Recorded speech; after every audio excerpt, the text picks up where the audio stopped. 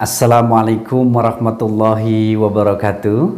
Sahabat Nuansa Al-Miftahaini channel yang berbahagia, semoga kita semua selalu diberikan kelancaran dalam setiap aktivitas yang kita lakukan.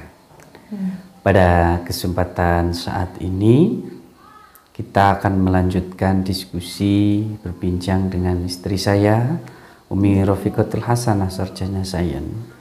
Dan khusus untuk episode kali ini adalah episode 2 tentang lebah. Ya. Kita kemarin sudah membahas mengenai lebah lewat pendekatan sains. Kali ini kita akan mengkaji dan akan merenungi bersama tentang lebah dan madu dalam perspektif Al-Quranul Karim. Yakni terdapat surat An-Nahl ayat 68 sampai ayat 69. Tentunya untuk membuka kajian kita bersama, kita intro terlebih dahulu dan silakan dinikmati untuk kopinya. Nuansa Al-Miftahaini channel. Klik subscribe and notification.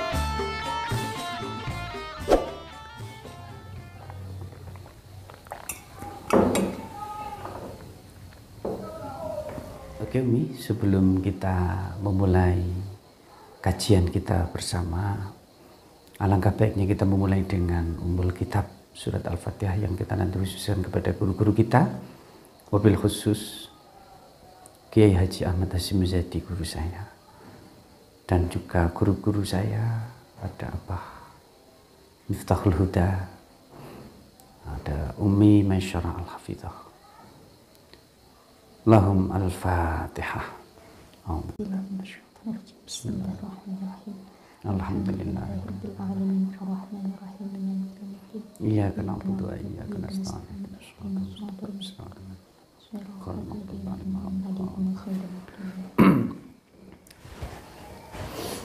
Saya perlu membacakan terlebih dahulu ya Mi, tentang ayat 68 sampai ayat 69 ini. A'udzu billahi minasy syaithanir rajim. Bismillahirrahmanirrahim. Wa auha rabbuka ilan nahli an ittakhidhi minal jibali buyutan ومن الشجر ومما يعرشون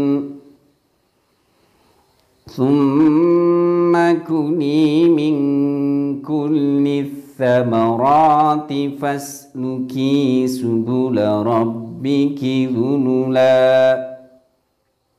يخرج من بطونها شراب مختلف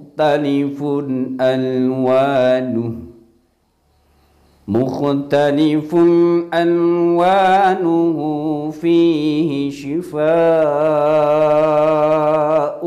للناس إن في ذلك لآية لقوم يتفكرون. Shadaqallahul azim.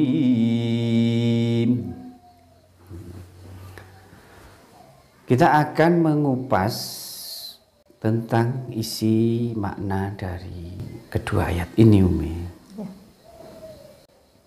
Nah nanti saya mohon bantuannya Umi bila nanti ada penjelasan yang mendekati ke arah sains. Saya harapkan Umi untuk membantu saya untuk mengupasnya. Saya akan urut dari yang pertama. Wa auha rabbuka ilan nakhli. Ada redaksi di ayat ini tentang kalimat auha. Auha ini dalam bahasa Indonesia adalah sering dimaknai sebagai wahyu. Kalau itu kepada para nabi tentunya maknanya menjadi wahyu. Tapi bila untuk umatnya maka artinya adalah ilham. Nah, tapi yang unik kali ini adalah kepada An-Nahl. Bila wahyu ini diberikan kepada An-Nahl, lebah, berarti kita bisa katakan ini sebuah ilham. Umi memiliki bahasa sendiri mungkin sebagai cara pandang saintis. Kalau untuk lebah ini cocoknya menggunakan istilah apa? Istilah apa nih kira-kira? Ilham yang cocok digunakan atau yang bisa mengganti kata ilham untuk lebah adalah insting atau naluri. Ya. Yang mana artinya adalah pola perilaku atau reaksi dari suatu rangsangan yang tidak bisa dipelajari. Tetapi itu termasuk bawaan dari lahir suatu makhluk hidup dan diturunkan kepada keturunannya atau disebut dengan filogenetik. Jadi pola perilaku yang tidak bisa dipelajari, terus kemudian itu adalah bawaan dari semenjak lahir dan diturunkan turun-temurun dari induk ke anaknya, keturunannya selanjutnya. Oke, bisa ya. Jadi nanti kita kalau pakai bahasa sains pakai insting. Tapi dalam bahasa redaksi Al-Quran ini saya pakai kalimat wa'auha. Ya. Kemudian kata an-nahl, kata an-nahli, an-nahlu kita kemarin mendapati makna adalah lebah. Ya. Jadi berbeda dengan tawon, yang bahasa Arabnya adzabur. Oke, saya lanjutkan ya Mim. Ya. Ayat berikutnya mengisyaratkan tentang bentuk-bentuk sarang. Jadi lokasi sarang yang mereka pilih. Ya. Yakni yang lebah pilih. Yakni anittakhidhi minal jibali buyutan wa minasyajari wa mimma ya'rishun. Yang pertama disebutkan minal jibal. Jadi mereka memilih buyut, memilih bait, memilih sarang yang menempati di al-jibal, di gunung-gunung. Silakan Umi berikan ilustrasi seperti apa sih untuk lebah itu memilih sarang berada di gunung. Iya. Lebah akan membuat sarang atau menyusun sarangnya, tentunya akan memilih posisi yang pertama. Posisi yang ia pilih bukanlah posisi yang mudah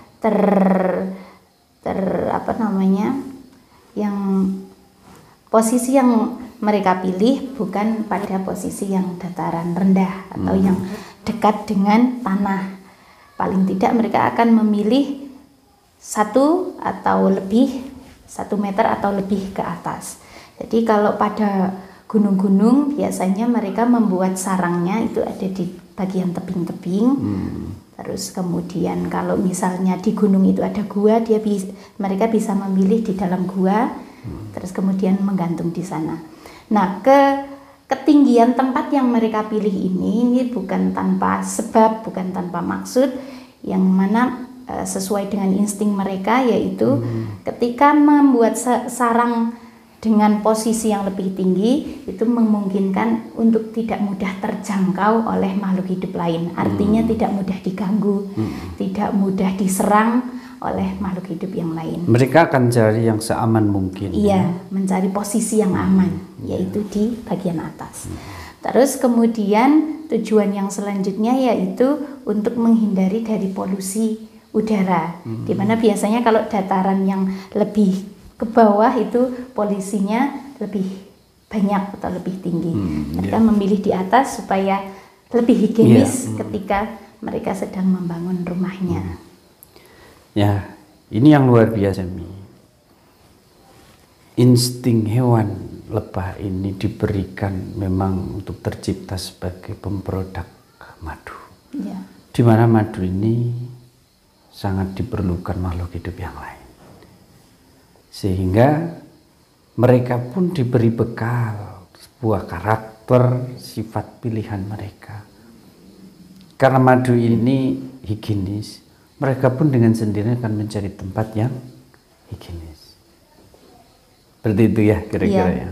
Kemudian berikutnya wa minas syajari. Lebah selain membuat sarang di gunung, di pegunungan, mereka juga menurut Allah memilih sarang juga di pepohonan. Silakan nih untuk diberikan ilustrasi. Oke, untuk pohon yang biasa mereka pilih untuk menjadi tempat tinggalnya atau tempat membuat sarang, yaitu memilih pohon yang ada lubangnya. Jadi di dalam lubang-lubang yang pohon yang berlubang ya, itu sangat disukai. Iya. Terus kemudian kalau misalnya di dahan, mereka tidak memilih di atas dahan, tapi biasanya memilih yang di bawah dahan. Ini juga bertujuan untuk supaya menghindari dari terpaan hujan ketika hujan lebat, jadi mereka tidak langsung terguyur hujan secara langsung. Juga ketika ada angin datang, angin yang sangat kencang, mereka tetap kokoh di tempatnya. Oke. Kemudian berikutnya, selain di pegunungan, di pepohonan, Allah juga menyampaikan lewat redaksi wa mimma ya'rishun, dari apa yang manusia buat. Ya, saya memahaminya dengan keluduan kalau di desa saya. Kalau bahasanya Umi biasanya menggunakan bahasa apa? Sama saja Abi. Jadi seiring berkembangnya waktu, semenjak zaman dulu juga membuatkan rumah bagi lebah juga sudah dilakukan semenjak dulu.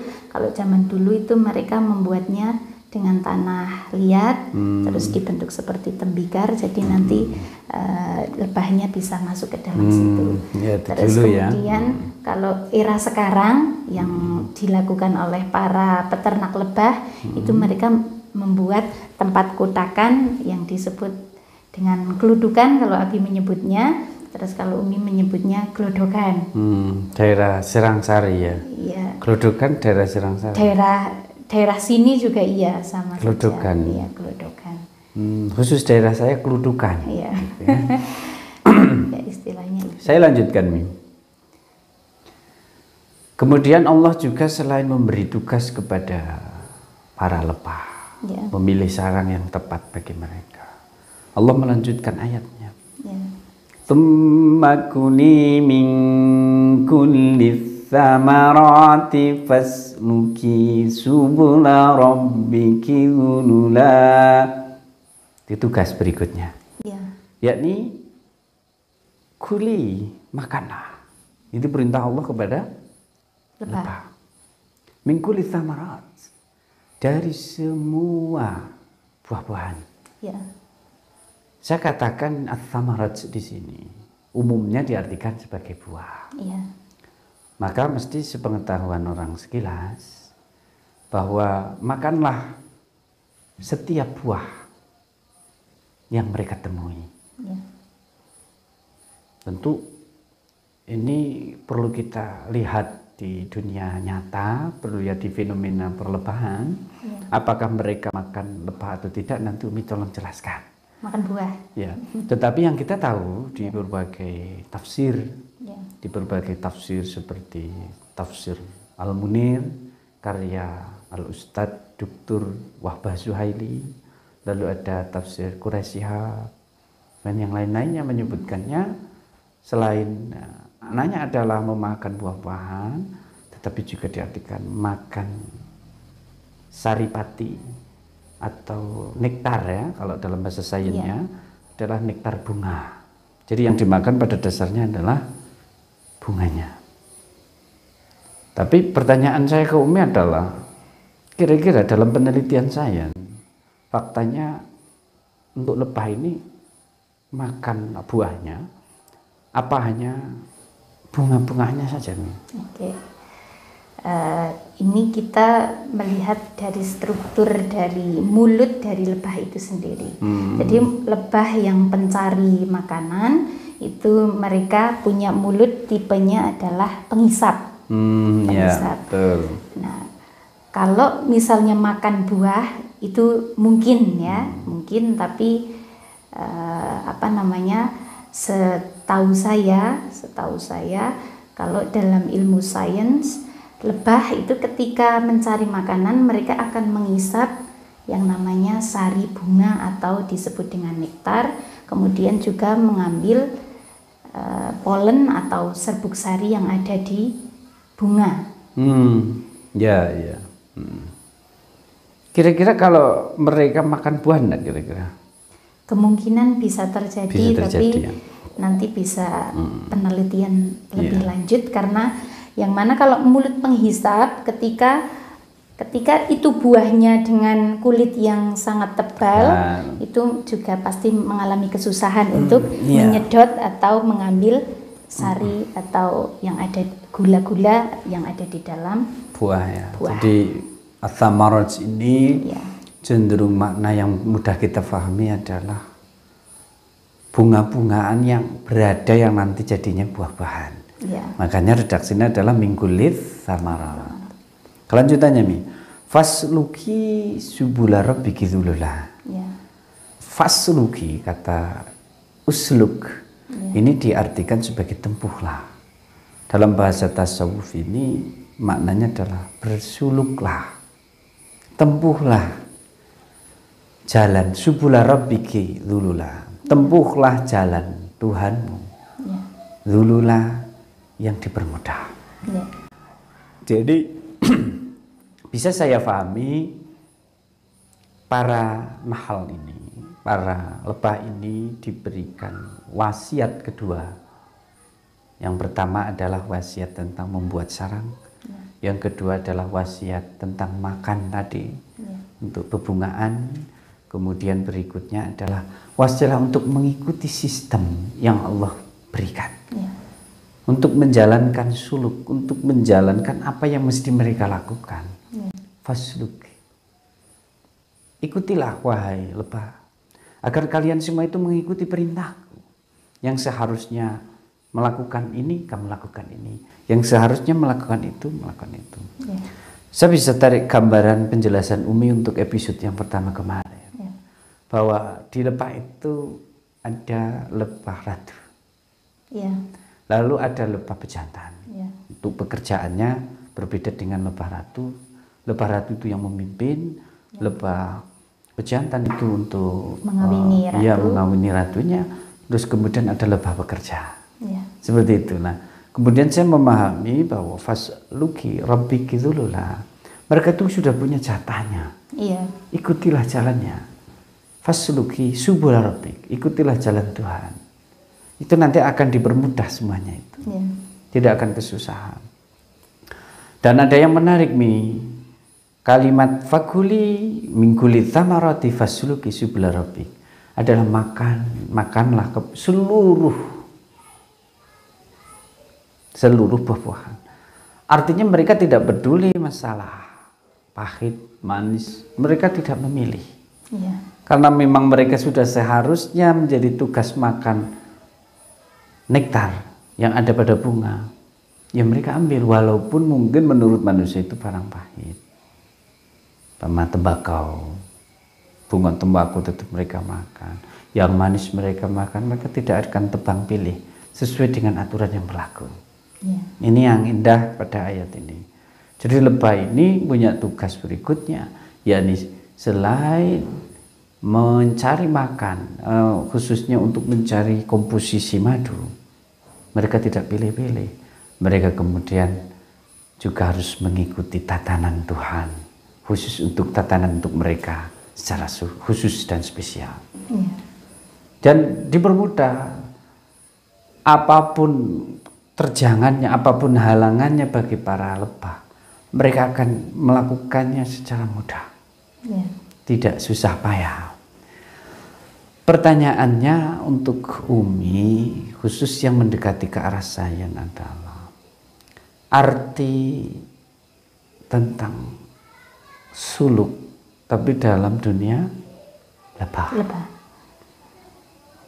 Ini bagaimana saat mereka melanggar tatanan Umi? tentunya ya ada, kalau misalnya sesuatu sudah digariskan, kalau misalnya dilanggar ya pasti ada terjadi ketimpangan. Nah, susunan dari lebah, kemarin juga Umi sudah mengatakan bahwa ada lebah petunjuk jalan. Ya, lebah petunjuk jalan ini biasanya dilakukan oleh lebah pekerja yang sudah tua. Jadi mereka akan menuntun lebah-lebah, para lebah pencari nektar yang terbaru atau yang siap mau bekerja. Itu sebelumnya sang lebah yang tua ini dia akan mencari sumber nektar, sumber daripada tanaman-tanaman. Kemudian kalau misalnya sudah ditemukan di suatu daerah, maka dia akan kembali kepada sarangnya, ke rumahnya, terus kemudian menunjukkan. Caranya dengan komunikasi. Komunikasi yang mereka lakukan atau yang dia lakukan adalah dengan tarian. Tarian namanya adalah waggle dance. Jadi ada tarian khusus untuk menunjukkan bahwa kalau di sebelah sana itu ada sumber makanan dan jaraknya sekian, itu diberikan kepada calon para pekerja yang akan mencari nektar. Perlu ada pengkaderan ya, istilah manusianya. Iya, ada pengkaderan. Jadi ini yang sudah tua ini kerjanya yaitu untuk mengajari juga penunjuk jalan. Baik, memberi penunjuk jalan. Fasluki subula rabbika. Dari kalimat tempuhlah jalan Tuhan. Iya. Tentu menjadi terpikirlah kita sebagai pembaca yang suka merenungi.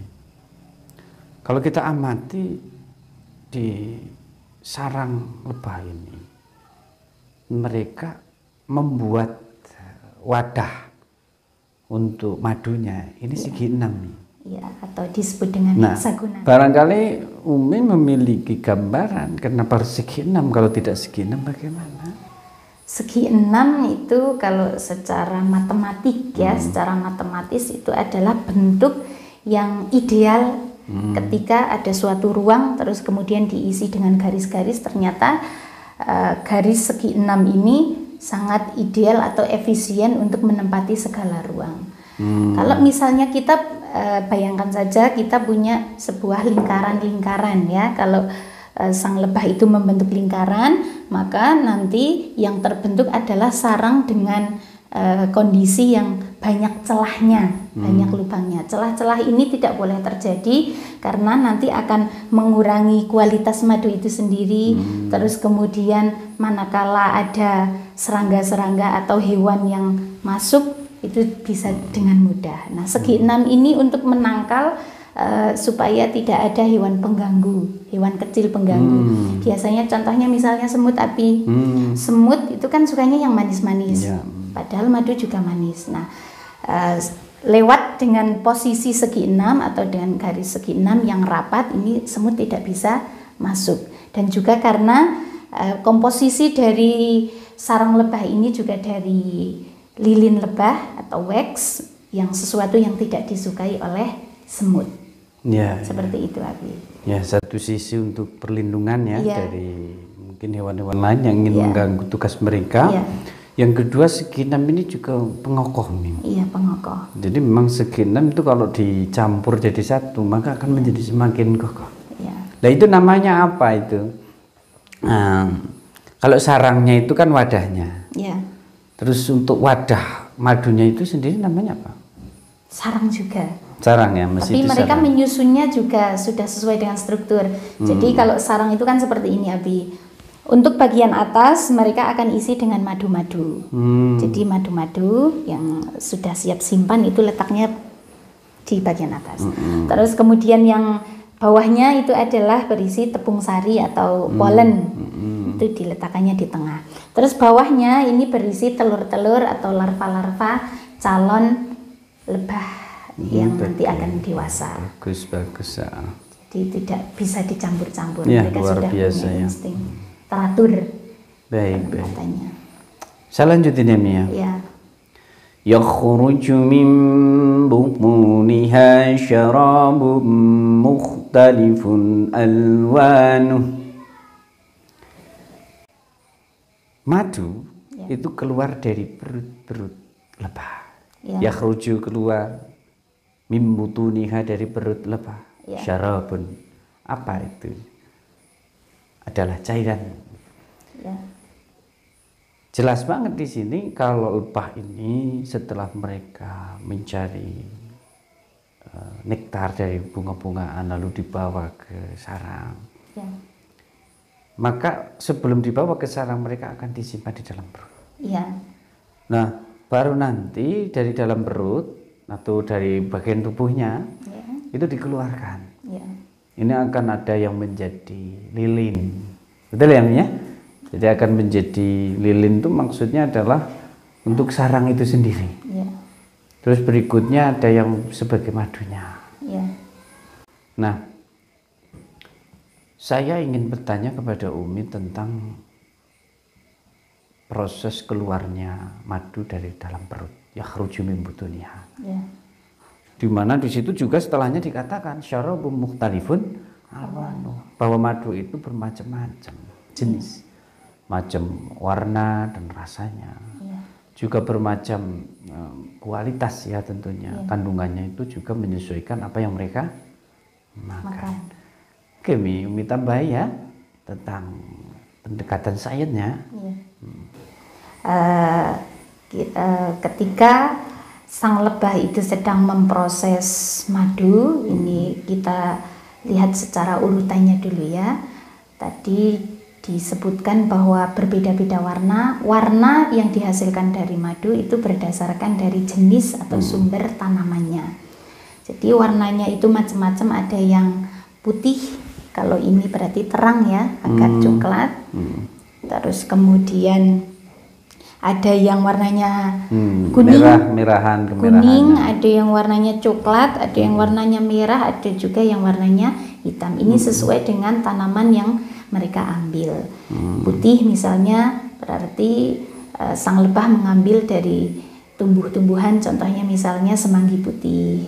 Terusan hitam, contohnya misalnya mengambil dari bunga-bungaan dari tanaman mahoni. Nih, jadi sesuai dengan makanan yang mereka ambil, maka jadilah madu yang bermacam-macam warna. Iya. Terus kemudian pembentukan madu sendiri, Umi akan menceritakan tentang struktur perut ya Abi ya, perut dari sang lebah. Jadi di bagian depan itu ada mulut, mulut, terusan masuk namanya adalah esofagus. Terus kemudian baru setelah itu adalah perut untuk madu, untuk menyimpan madu. Setelah itu bawahnya ada yang disebut dengan ventriculus, terus bawahnya lagi adalah usus halus, usus kecil, terusan bawahnya lagi usus besar, terus kemudian kolon, terus kemudian tempat untuk keluar. Jadi antara perut untuk madu itu bersebelahan sama perut untuk makan, tetapi dipisahkan sama yang disebut dengan klep atau penutup.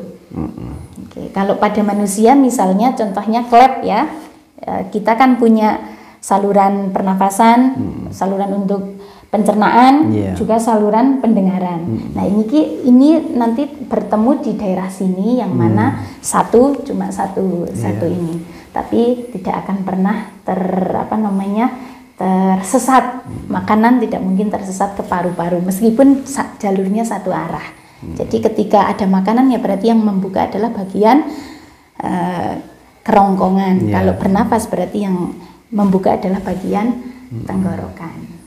Seperti itu. Oke. Ya memang kalau kita perhatikan di tawon itu, maaf ya, lebah ya. Berbeda lebah. Ya tawon dengan lebah. Kalau tawon tidak menghasilkan madu, sementara lebah menghasilkan madu. Kalau kita amati di pegunungan, maka makanan yang mereka peroleh ya tentu yang dari pegunungan, yang mereka tinggal. Ini nanti akan mempengaruhi pada rasa, terus kemudian warnanya, khasiatnya pun menjadi berbeda. Kalau di gunung tidak ada pestisida tentunya di sana. Maka yang kenapa orang berkata kalau madu yang asli di gunung ini masih sangat orisinal ya, masih orisinil dan juga kandungannya juga belum kecampuran zat-zat yang berbahaya. Iya betul Abi. Di sisi lain gunung sama gunung pun beda Mi. Iya. Ada gunung kita sebut Gunung Bismo pasti berbeda dengan Gunung Sindoro. Tergantung tanaman yang di situ ada apa. Dihasilkan. Ya. Warnanya pun beda. Kalau dia itu dari gunung sana, Gunung Bismo, satunya Gunung Sindoro, satunya Gunung Sumbing, kita lihat madunya menjadi berbeda, Mi. Iya. Itu. Khasiatnya pun beda. Madu Arab dengan madu Indonesia juga pasti. karena tanamannya beda maka menjadi berbeda. Iya. Gitu ya, Mi, kira-kira arti dari mukhtalifun alwan, dari berbagai jenis madu itu tergantung pada tawon, lebah itu mencari komposisinya dari mana. Kalau yang dimakan A, maka tentu madunya menjadi mengandung A. Kalau yang dimakan B, mengandung B, dan seterusnya seperti itu ya, Mia. Nah, ini sangat luar biasa, Mi. Maka ayat ini cukup memperjelas bahwa madu ini yang berbagai jenis, termasuk jenis kemarin yang Umi sampaikan itu ada jenis tawonnya, jenis lebahnya, ada 4 jenis toh. Satu ada jenis lokal, klenceng, ada klenceng, ada impor. Karena lebahnya beda, maka memproduknya menjadi berbeda. Makanannya berbeda, maka hasilnya menjadi hasilnya juga berbeda. Nah, ini ayat berikutnya itu lanjut ke arah kandungan, Mi. Fihi syifa'ul linnas. Jadi di dalam madu itu terdapat obat. Terdapat obat bagi manusia. Ini jelas banyak sekali para orang-orang yang sakit mencoba untuk menyembuhkan penyakit mereka yang menggunakan madu. Ya tentu ya, karena spesial sekali madu ini dibahas di dalam Al-Quran dengan kalimat yang cukup tegas, fihi syifa'ul linnas.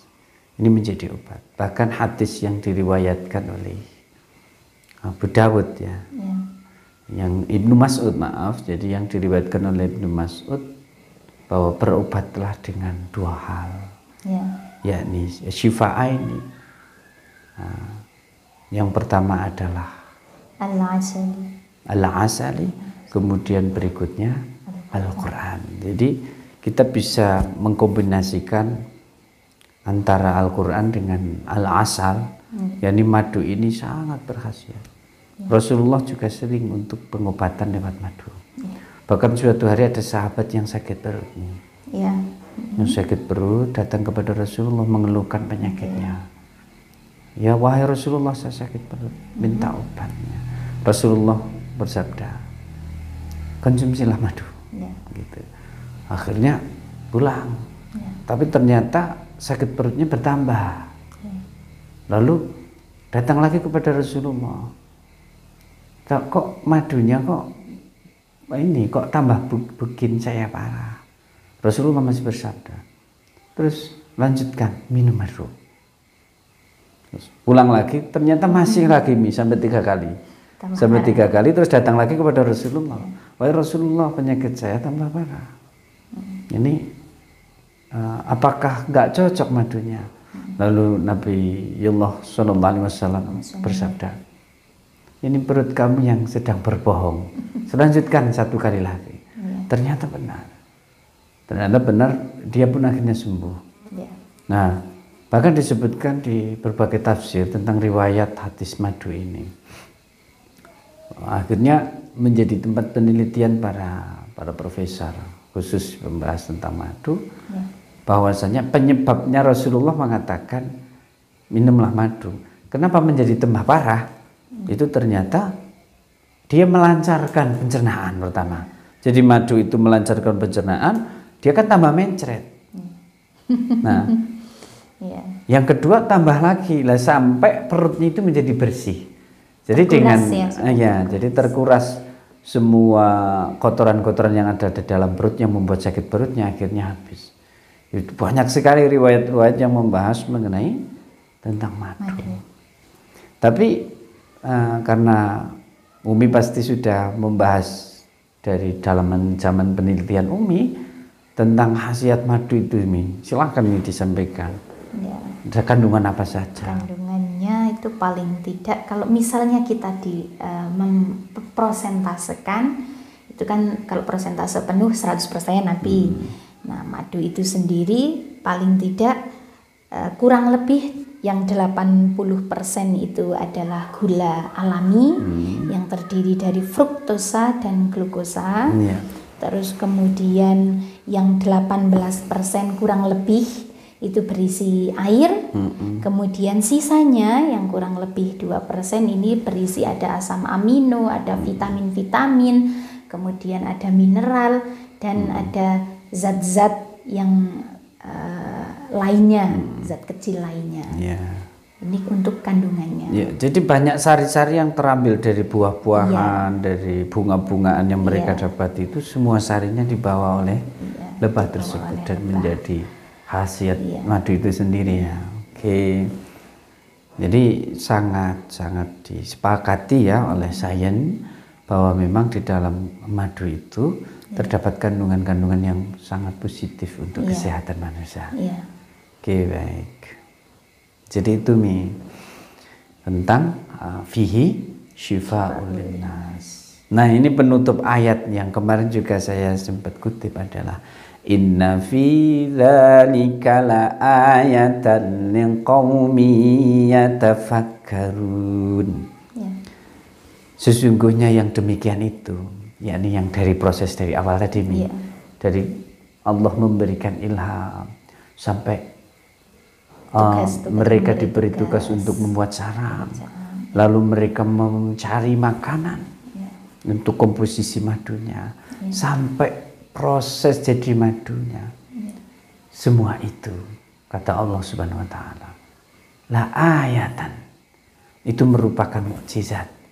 Semua itu merupakan keagungan, kebesaran Allah bagi kita semua yang berpikir. Ini maknanya begini. Jadi dari awal yang tadi Umi sampaikan tentang luar biasaannya, keunikan, kespesialannya dari lebah. Ini adalah keagungan Allah. Semakin kita mengerti tentang fenomena lebah dari awal sampai akhir, tentunya yang diharapkan adalah kita menjadi semakin bertambah iman kepada Allah Subhanahu wa taala. Karena itu merupakan bukti keagungan Dia. Nah, itu dari sisi bertambahnya keyakinan karena memang itu luar biasa. Saya katakan secara isyarat dari ayat 68 sampai 69 ini memiliki makna. Kalau orang ingin menghasilkan manisnya atau khasiat dari madu kehidupan, maka lewatilah jalan yang dilakukan oleh madu, yang dilakukan oleh lebah. Saya sederhanakan bahasa saya. Kalau orang ingin bahagia, semanis madu dan sekhasiat madu dalam stamina dan kekuatan, maka tindak tanduknya mesti harus bisa meniru seperti lebah tadi. Coba perhatikan. Tindakan lebah sebelum mereka menjalaninya, mereka mendapatkan petunjuk Allah. Ilham tadi. Ilham. Yang pertama sebelum melakukan yang lain, jelas itu petunjuk Allah dapat. Nah, kalau kita berbuat, apakah selalu dari petunjuk Allah? Nah ini. Jadi kalau kita ingin meniru dari lebah agar menghasilkan madu kehidupan, jelas diperlukan petunjuk Allah atau hidayah, ilham atau inspirasi. Ilham sendiri itu berarti bisa kita cari, Abi. Tentu. Atau malah kita menunggu saja. Pada dasarnya gini, sebagaimana tadi Umi jelaskan bahwa wahyu wa auha atau ilham itu didefinisikan sebagai insting. Insting, pada hewan insting. Pada tawon. Pada lebah. Ini seperti yang tadi dikatakan.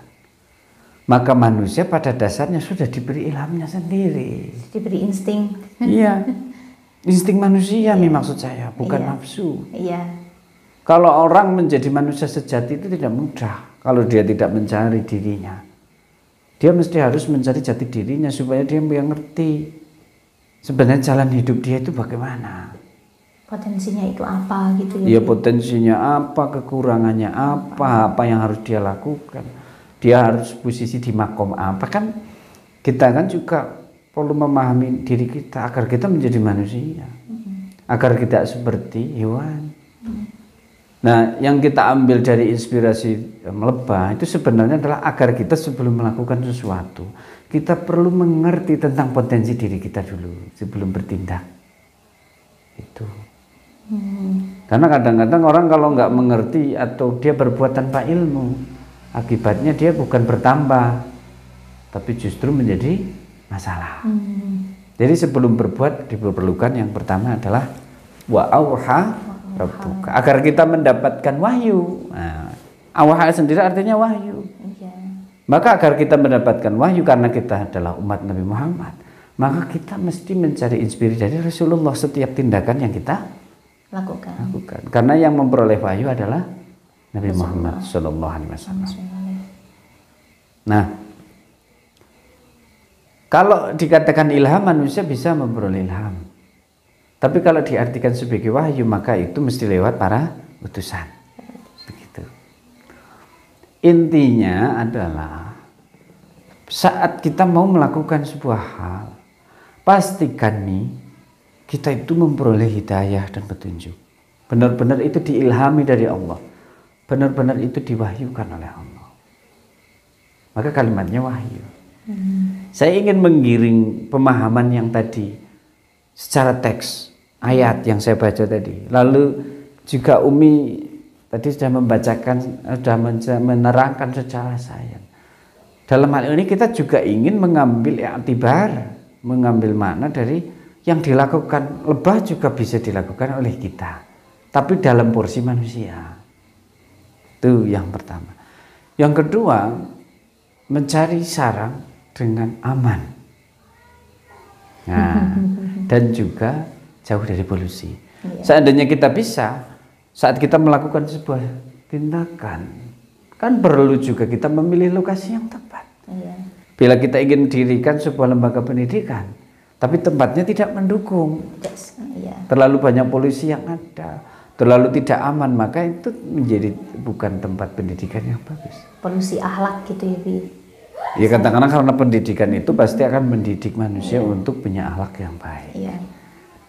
Nah, lakukan apa sajalah. Saat kita melakukan apapun diperlukan yaitu di samping kita mendapatkan restu dari Allah, yakni sebuah ilham, inspirasi yang benar, positif. Kita juga perlu untuk mencari tempat yang tepat. Kita pikirkan tempat. Terus kemudian yang ketiga adalah kita mesti mencari nutrisi yang tepat juga. Dan untuk menjadi semanis madu, pastikan juga kita tidak pilih-pilih atas daftar nafsu kita. Ikutilah jalan Tuhan. Ini jalan yang ketiga. Jadi yang pertama ilham, yang kedua adalah mencari tempat yang paling aman dan jauh dari polusi. Kemudian yang ketiga, kita saat melakukan sesuatu perlu menggunakan cara yang Allah berikan. Subula rabbiki, dalam bahasa tasawuf itu adalah suluknya yang benar. Jalan menuju Allahnya tepat, sesuai dengan tugas manusia. Wa ma khalaqatul jinna wal insa illa liya'budun. Tuh. Ini yang diinginkan Allah. Manusia dan jin tercipta agar kita beribadah kepada Allah. Kemudian yang kedua, bahkan Rasulullah bersabda, innama bu'itsu liutammima makarimal akhlak. Kita perlu membangun akhlak. Jadi kita ikuti sajalah jalan Tuhan. Kalau lebah tadi ikuti jalan Tuhan dengan cara mereka, karena tugas mereka adalah membuat khasiatnya madu dengan segala kelezatannya. Madu ini kan adalah simbol kenikmatan. Gitu ya. Maka manusia juga bisa melakukannya dengan jalan seperti yang caranya manusia. Kalau kita nggak usah neko-neko, ikutilah jalan Tuhan saja, pasti kita akan diberi dulu lah. Kemudahan. Nah, kemudahan. Kalau para lebah diberikan kemudahan juga karena fasluki subula rabbiki, maka dzulula. Itu dzulula ini sebagai hal dari subul, dari jalan. Mari kita ikuti jalan Tuhan, gitulah katakanlah. Nanti endingnya akan menjadi berkhasiat. Nah, saya singkat ya Mia. Ya.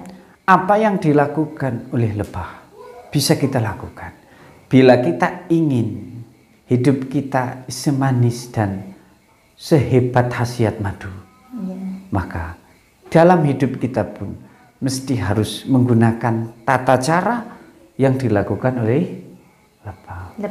Yang pertama, dia sesuai jalan. Sesuai petunjuk Allah.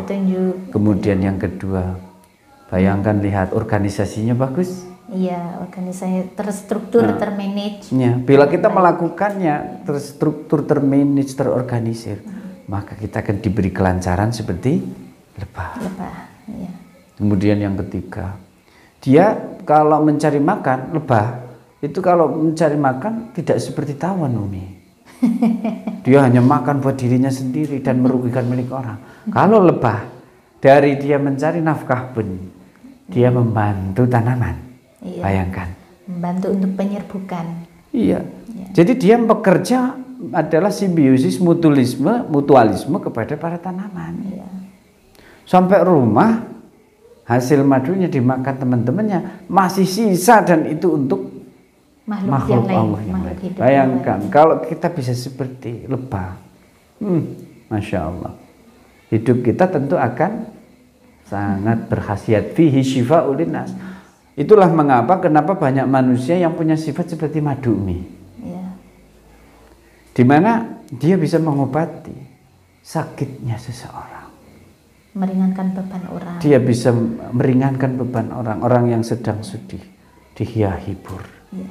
Sampai benar-benar dia hilang kesedihannya.